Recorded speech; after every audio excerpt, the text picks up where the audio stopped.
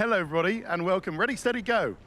These kids with a Max Verstappen t-shirt. Welcome to the Race Notebook from the 2025 fastest ever Formula One race in Formula One history, Italian Grand Prix. Shall I tell you which records have been broken today by Max Verstappen and Red Bull?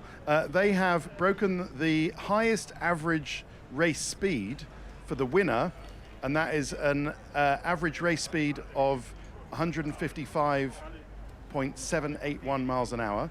That's been broken, stood since 2003. The highest average fastest lap in the race, that's also been broken, but by Lando Norris, 160 miles an hour. So the average fastest lap and the fastest speed for the winner for Lando, and it's been a record-breaking Grand Prix here in Monza, as well as, of course, the qualifying record that was already broken yesterday, which was the average lap speed for qualifying, which was Max Verstappen 164 miles an hour. So those are records that have been there since the early 2000s here in Monza, and they have been broken today. And a race that's been won by Max Verstappen and Red Bull Racing. Max's third of the season after Japan and Imola, and the first with Laurent Mekies as team principal. So what we're going to do is that we're just waiting for the Red Bull team photo. So we're going to note those things. I'm going to note that Giampiero Lambiase, of course, a man with Italian heritage, said the word fantastico, which indeed is Italian for fantastic, in the most English accent that you ever heard. Well done, Max, that was it. The Italian double, fantastico. So well done, GP. Don't know whether the Italian side of his family will be saying, you could have at least given it a fantastico, but I think they're going to make their way. While I will tell you how the race was won, we'll do McLaren and Ferrari, and then in the beginning of part two, we'll be ready, I think, for the Red Bull picture. So yeah, he won. It was another masterclass, and as I said, Laurent Mekies' first win since being team principal, but it was McLaren who Lando Norris called too slow today. So what happened there? Well, it was second for Lando Norris, third for Oscar Piastri, and Oscar Piastri's lead now is 31 points. You can hang around the McLaren trucks there, Simon. You can go and see what you can see at the McLaren trucks. So I'll tell you what happened in their race. There's Mark Berryman, who's Lando's driver coach, just coming out there. So how will Lando feel about it? Well, that justice has been done. What happened in the pit stop? It looks like the front left wheel gun didn't give the signal it should that the wheel nut was torqued up enough, was done up tight enough. It was flashing red and green, and maybe the issue is that the mechanic didn't realize quick enough. He was prompted by another mechanic to give it another go, and by the time he did that, then the time was just ticking away. So that seems to be what happened. Only when the wheel nuts, the clever pit stop traffic light system, which by the way failed for Lance Stroll today, only when the system recognizes that all the wheel nuts have been done up tight enough can it then give the driver the green light to go. So Lando was absolutely right to stay put until the wheels were going off. You don't literally want the wheels coming off, but that meant that he had a slow pit stop.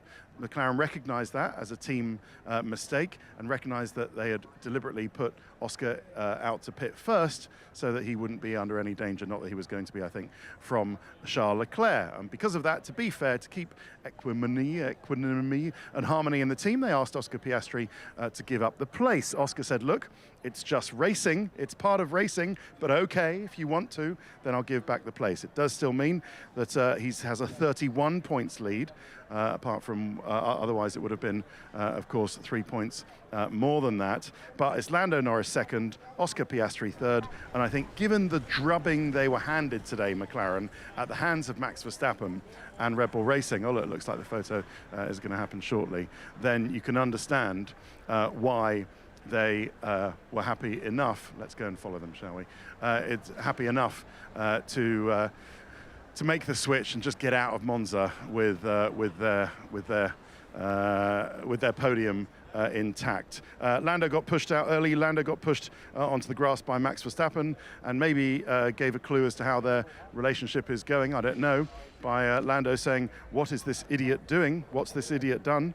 And then Lando initially pulled away once Max had given him the place back, but then Max was far too quick, got into Lando's DRS zone, and then overtook him and pulled away. Oscar pitted before Lando, and then there will be no undercut. He was told there will be no undercut, and it was a 1.9 second stop. So it was from the brilliance to the well, you'd hardly call it sublime to ridiculous, but it was a sublime stop early on. But then it turned into a very long one with that mistake and the error that I've told you about, the failure, you might say, to get that wheel nut done up tight enough. You still with me? Well, let's go through and see if we can catch or eyeball when the Red Bull photo is going to happen. Anything else with McLaren? No. From then on, they just drove it home, really. I mean, can Oscar afford to drop a few points? Maybe. Is 31 points still enough? Probably. But it certainly kept harmony in the team. But Oscar might consider what Max was saying was that, well, you know, these things happen, and it was just a part of racing. Let's do Ferrari while we wait for the Red Bull team photo. There we go. You can get a position if you want, Simon. They're all gathering for the photo. I'll tell you what happened with Ferrari. Lewis Hamilton stopped late to try and get a tyre offset on George Russell, and it almost worked, but in the end he finished 6th behind his old Mercedes teammate. Charles Leclerc 4th. They just didn't have the pace today to get onto the podium, the result they really wanted. Leclerc had a brilliant battle with Oscar Piastri early on, lost P3 and then retook it on lap 2 and then lost it again. Lewis Hamilton, great start, was up to P8. Oscar Piastri got past Charles Leclerc on lap 6. Lewis Hamilton went from P8, where he got a good start, made up 2 places, to P7 and then to P6. Leclerc pitted on lap 34. Who's this coming out? Go and have a look at the Ferrari garage if you want while we're talking about them, Simon. Just go and have a look at the Ferrari. No, it's okay, you can go over the front. They haven't gathered yet. There you go, over the front. I'll come with you. Yeah, up to then, Lewis was up to P4. Leclerc covered up George Russell, but then once all the pit stops happened, Lewis finished P6, Charles Leclerc P4, and Lewis, as I say, tried a late race tyre overcut, or rather offset on the Mercedes ahead, but finished behind him. So that puts Ferrari 20 points clear of Mercedes, which is pretty good for them. We'll talk about Mercedes because it looks like they're still. Oh, look, this is interesting, Simon. Come back.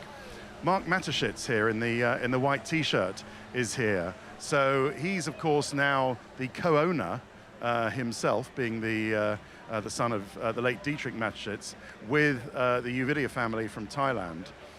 So the minority owner now is Mark Mateschitz, and this, of course, since the decision that came out of Austria Red Bull to part ways with Christian Horner, this Mark Mateschitz has seen them win for the first time without Horner. So penny for those thoughts behind, well, he doesn't look too annoyed at all, does he? In fact, he looks very happy behind those, are they Ray-Bans?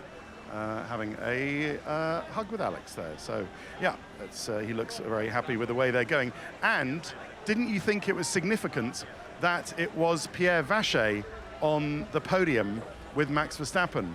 Not someone that we understand Max was particularly pleased with in terms of how good this car was earlier on in the season, but someone who clearly deserves credit for turning it around with his fellow engineers, the men and women in Milton Keynes and here at the track as well, because that was something I thought was interesting that Max said, is that the directions we've gone, we found a new way to make the car more consistent, let's put it that way, which is what Max said. So while he wasn't clearly saying, look, Pierre Vacher has made, has worked absolute miracles here and saved the car, we're now back in the contention for Grand Prix wins, Max didn't say that today. He did say at least it's more consistent. It might be slower than the McLarens on most circuits, not here at Monza obviously, but it's more consistent. So they can be more consistently fighting for poles and Grand Prix. Yes, they can. So that's going to be interesting. Of course, circuit dependent, depending on whether the McLarens are off the pace or too slow, as Lando Norris put it. But I thought Pierre Vacher being selected by Laurent Mekies to go on the podium was a very significant vote of confidence for the Frenchman, Mekies' fellow Frenchman, not that nationality has any part of it. I thought it was a very significant moment there. Right, let's do Mercedes while we're waiting for Max to turn up. And George Russell, it's all right, you can stay there, Simon. George Russell 5th, and Kimi Antonelli with a 5-second penalty for driving erratically with a Williams, only 9th. So Antonelli has lost a place with that penalty. He's lost 1 place to Bortoleto. But let's do Russell first. He held P5 ahead of Lewis Hamilton, pitted on lap 28, but into traffic. And that lost George a load of time.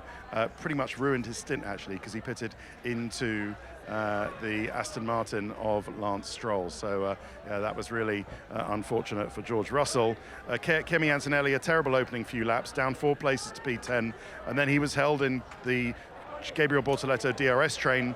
By the time he got clear of that, he was 12 seconds behind George Russell, his teammate, by the time Bortoleto pitted, and then Antonelli pitted on lap 29, and then into traffic. Antonelli fell behind Bortoleto with the penalty. Yeah, as I say, giving some points to Ferrari in the constructors, and they can only hope for better in Azerbaijan. Should we do Aston Martin while we still wait, or should I gamble on a break? Well, we've done 11 minutes. It looks like it's fairly close by. There is GP Lampiazzi on the end. Stay there, Simon, because I'm going to go ask him about his pronunciation of Fantastico. If you can see me at the end. Can you see me, Simon? Just round here? There we go. Would you like to give another attempt to the word Fantastico in a better Italian accent? Fantastico. There we go. That's better, isn't it? Not such a British accent for the word Fantastico. I was just saying earlier on, you said Fantastico in the most British accent possible. I'm most embarrassed about the accent that I use. It is. I mean, it's Italian for fantastic. So, you know, Fantastico. Well done. Good. Right, let's do Aston Martin. I'll stay here, Simon, if that's all right. Yeah, you're happy there? You're all right there? Okay. Aston Martin, they're over there. But I know you can't see down there. Right, Aston Martin. DNF for Fernando Alonso, with a strange thing, because Fernando maintains that he rode the curb at that point in the circuit in exactly the same way. Here we go. Look, Max and Mekies are going to appear on the same time. Here we go. Here's the little cheer. Not quite a cheer yet. A hug with JP. In fact, it's the crowd who are doing the ooh la Max Verstappen.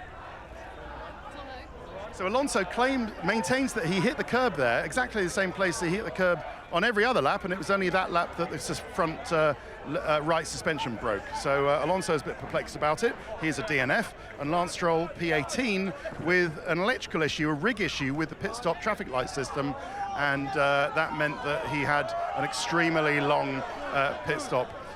Laurent Mekies trying to be persuaded that for his first win as team boss, he has to go in the middle. And a sign of the humble nature of the man was that he had to be made to do it, so he didn't really want to do it. Penny for Yuki Tsunoda's thoughts, by the way, Simon. If you come back to me, Simon, you can see Yuki Tsunoda down here. I didn't even say, because he had such an unfortunate race. Yuki was only 13th today, so no wonder that Yuki doesn't want to go in the middle, because another pretty poor race for Yuki Tsunoda, even though he started he pitted to the hard on lap 20 to defend Ollie Behrman. It didn't work, clashed with Liam Lawson, and then trailed home 13th, and still no points for Yuki Tsunoda. Here we go. We're going to get a 1-2-3 here somewhere. Where is... So Mekies is in the middle. Mark Matschitz is in the middle as well. Very happy for him. They're going to give one more, and then there's going to be a Red Bull shower everywhere. There we go. As soon as night follows day, there's a Red Bull shower. And is that going to go on Laurent and to mark his first? That's probably why Laurent Mekies didn't want to go in the middle, because he knows what happens here. And that's anybody in the middle gets covered with the sticky stuff. And it's not champagne. So it smells like Calpol. So yeah, that's what's going in there. But you know, you only win your first Grand Prix once for Red Bull, don't you? I mean, he has won a race. He won the Belgian sprint, of course, Mekies and Verstappen. This is the first Grand Prix that he's won as team boss. Good, all good, clean, sticky fun down here at Red Bull. So just finish what I was saying about about Lance Stroll. It was a failure with the pit stop traffic light system rig, and seemed to continue to give him a red light when it should have given him a green light. There was some confusion about whether all of the wheels on. They were. One of them was a bit slowing on, but as the time ticked away, it was extremely frustrating for Lance. Not that he was probably going to score many points anyway, but anyway, it was, meant that neither of them did. By the way, we're still waiting to hear whether there was any kind of resolution to them doing a practice start against where the team, where the race director said they should do a practice start. And given that one was a DNF and the other one didn't score points, I don't know what the stewards can do to them. Maybe give them a fine, and at least maybe they'll get something. But we understand from the FIA that they definitely did break the rules in terms of doing a practice start and where they did it. So do you want to follow Laura McKees out, Simon? If you just come to me outside Mercedes, he's just comparing notes with GP Lambiase about how GP managed to hide to dodge the sticky stuff, and how McKees now looks like he's just come out of the swimming pool. Yeah, that's quite a nice moment. With a scrutineer here. Right, so that's that. We'll see what happens, but there's no news yet from the stewards about Aston Martin in that case, but they come away with no points. But of course, it's 25 points for Red Bull Racing, so congratulations then. We will take a break, after which we'll go back into the paddock and we will sum up what happened with everybody else's Italian Grand Prix. More Notebook in a bit.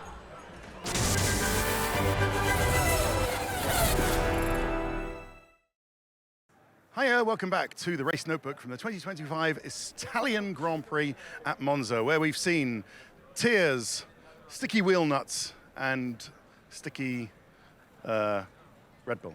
Anyway, Max Verstappen's won. Right, let's do Alpine, shall we? We never stop. Once we start, we never stop. We're live and we never stop. So even if I mess up my opening link, we never stop. Right, Alpine, they haven't scored any points today. Didn't expect to. It's been a very difficult weekend for them, but they've came home 16th and 17th. Gasly from the pit lane with a new power unit ran well until lap 52, pitted. So 3 laps before the end, pitted onto the soft and finished P16. Nothing really more to be said about that. Colapinto ran P17, pitted and stayed P17. Looked exhausted in the pen, but hopes to go better in Azerbaijan, because that's where he's picked up points before, I seem to remember last year, in a Williams. So, yeah, hopefully hopefully Colapinto will be in Azerbaijan. We expect him to. There's no reason not, but you never know in Formula One. And secondly, hopefully they'll have a better weekend. He might score a point or two. Right, talking about Haas, Esteban Ocon 15th and Ollie Behrman 12th. Ollie Behrman with a 10-second penalty for causing a collision with Carlos Sainz. Ocon a hard tyre starter. Ollie Behrman ran well in P11. Ocon picked up a 5-second penalty himself.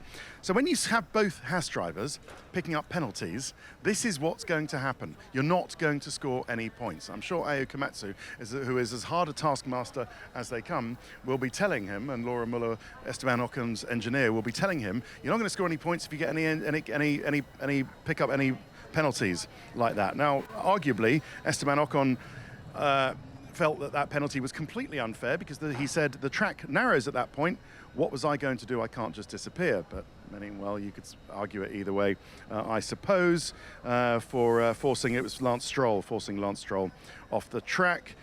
He said, "Bleep that. The track gets narrower." So maybe that was a instruction to the stewards. There wasn't anything I could do. And Ollie Behrman pitted on lap 19, a bit slow. He undercut Tsunoda.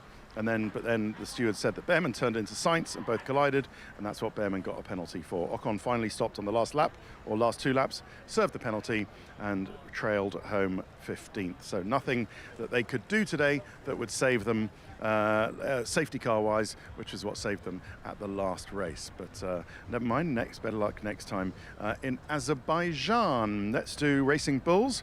And Isaac Hadjar from the pit lane, after fitting a new power unit, has come home with a point, and well done to him, because that's a cracking result. He pitted on lap 33, a better strategy than is it tea for me? Is it tea for me, or is it tea for someone else? Oh, it seems like some sort of water with lime drink. Yeah. Yes. Right, okay. I expected it to be in a sort of cup of tea. But anyway, all right, thanks, Jess. Mid-notebook cup of tea. Williams are off. What flight are they on? Linate? Malpensa? Anyway, Racing Bulls, Isaac from the pit lane, better strategy than Liam Lawson and well driven. Liam, a soft tyre starter, used it well, up 3 places, up to P15. But what happens when you're fat with fuel early on and you have to go for an early pit stop is that you're going to go down the order, and that's exactly what he did. Liam then did 44 laps on the same set of hard tyres and could only finish P14 with a bit disappointed. So not Liam's fault, I think. Starting on the soft tyre was not the right strategy today, and he paid for it. Talking about paying for it, Alex Albon had 7th place and a load of points bought and paid for. And James Vowles, who's so important that he doesn't have to wear a Williams shirt like the rest of them, can be very happy with a day's work. Sort of Vowles as bouncers. Does he go around with 5 men generally? 4 men behind him? So they all have to walk behind him or beside him? Oh, he's going to have a penalty. That's a nice. 7th place for Alex Albon. Well done to him. It did involve some Vowles instructions from the pit wall for Carlos Sainz to move aside. James said on the radio afterwards, look, I understand how frustrated you are. You drove mint today, so good use to well done on Vowlesy for using the word mint, which is a distinctly sort of late 90s way to describe something which is good, but that was just the way we had to do it because he himself got did he get a penalty? No, he didn't get a penalty. He avoided a penalty. He got a warning, Sainz did, for leaving the track and gaining an advantage. But as I say, the team ordered Alex Albon past Sainz on lap 25. Sainz then pitted on lap 31, tangled and collided with Ollie Behrman. It was Behrman that got the penalty for that, dropped down to P14, but recovered pretty well, Carlos Sainz did, to P11. And that pulls Williams clearer. Alex Albon's heroics pulls Williams clearer into P5 in the Constructors, where they are absolutely desperate to finish by the end of 2025. So well done, Alex Albon. And he's ahead of Antonelli.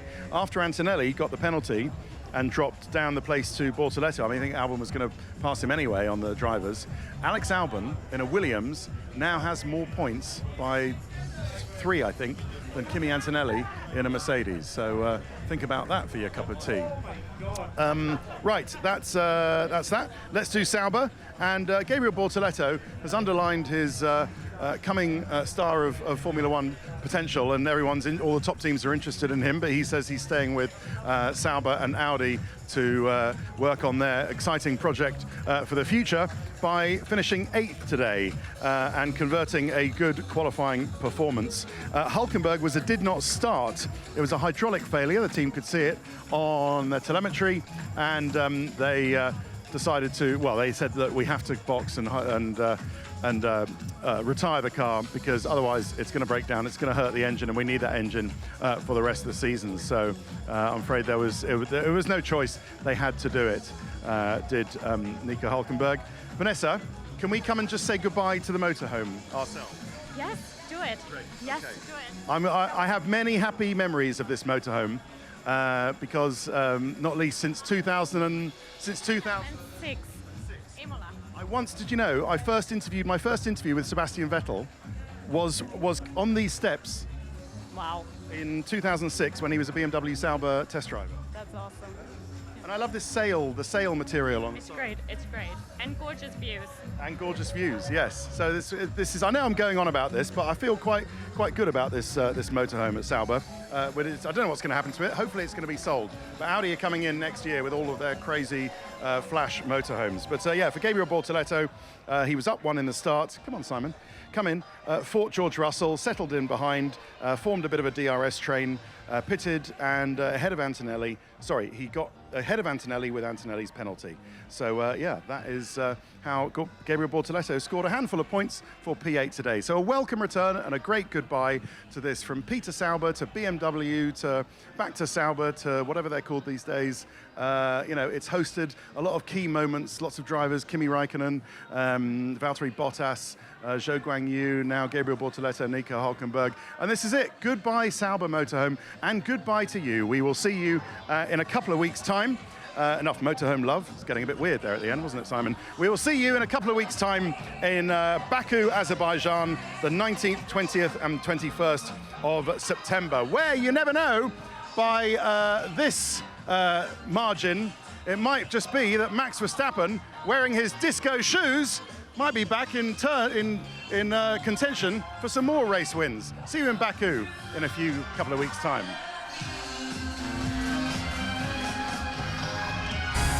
Sky Sports F1.